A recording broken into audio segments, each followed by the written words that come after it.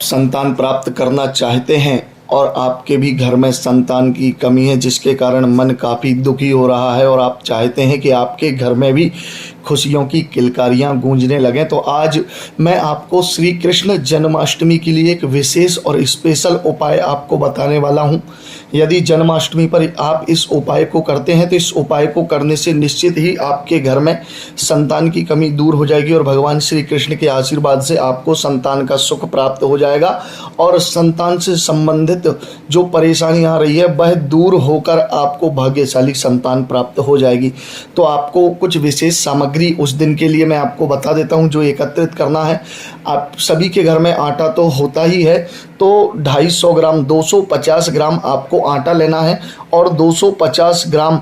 जो है शक्कर लेना है और 250 ग्राम आपको गाय का शुद्ध घी लेना है। इन तीनों को बराबर मात्रा में आप मिला लीजिए और मिलाने के बाद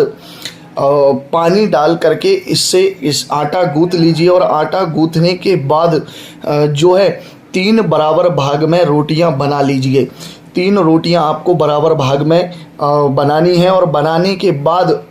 रात्रि में जैसे ही भगवान श्री कृष्ण का जन्म होता है तो इन तीनों रोटियों को भगवान श्री कृष्ण के सामने आपको रख देना है और तुलसी पत्र रखकर भगवान को नैवेद्य अर्पण कर देना है और अपनी कामना भगवान के सामने जो है आपको कहनी है। भगवान से अपनी मन की कामना कहें, पुत्र संतान के लिए या संतान प्राप्ति के लिए भगवान से प्रार्थना करें और प्रार्थना करने के बाद उस नैवेद्य को रात्रि में भगवान के पास रखा रहने दें। सुबह प्रातः काल उठकर उन तीनों रोटियों को, एक रोटी गाय को आपको खिलानी है, उसके बाद एक रोटी आपको अग्नि में, अर्थात जो घर में आपका चूल्हा है जिसमें आप भोजन बनाते हैं, अगर भोजन ना बनाते हो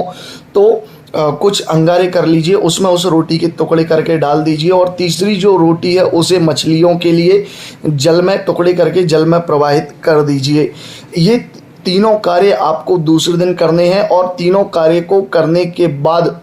जो है आपको श्रद्धा और विश्वास रखना है और भगवान श्री कृष्ण की कृपा से बहुत जल्द आपको भी संतान का सुख प्राप्त हो जाएगा। आपके घर में भी संतान की खुशियां आ जाएंगी। वीडियो अच्छा लगा है तो चैनल को सब्सक्राइब कर दीजिएगा। जय महाकाल।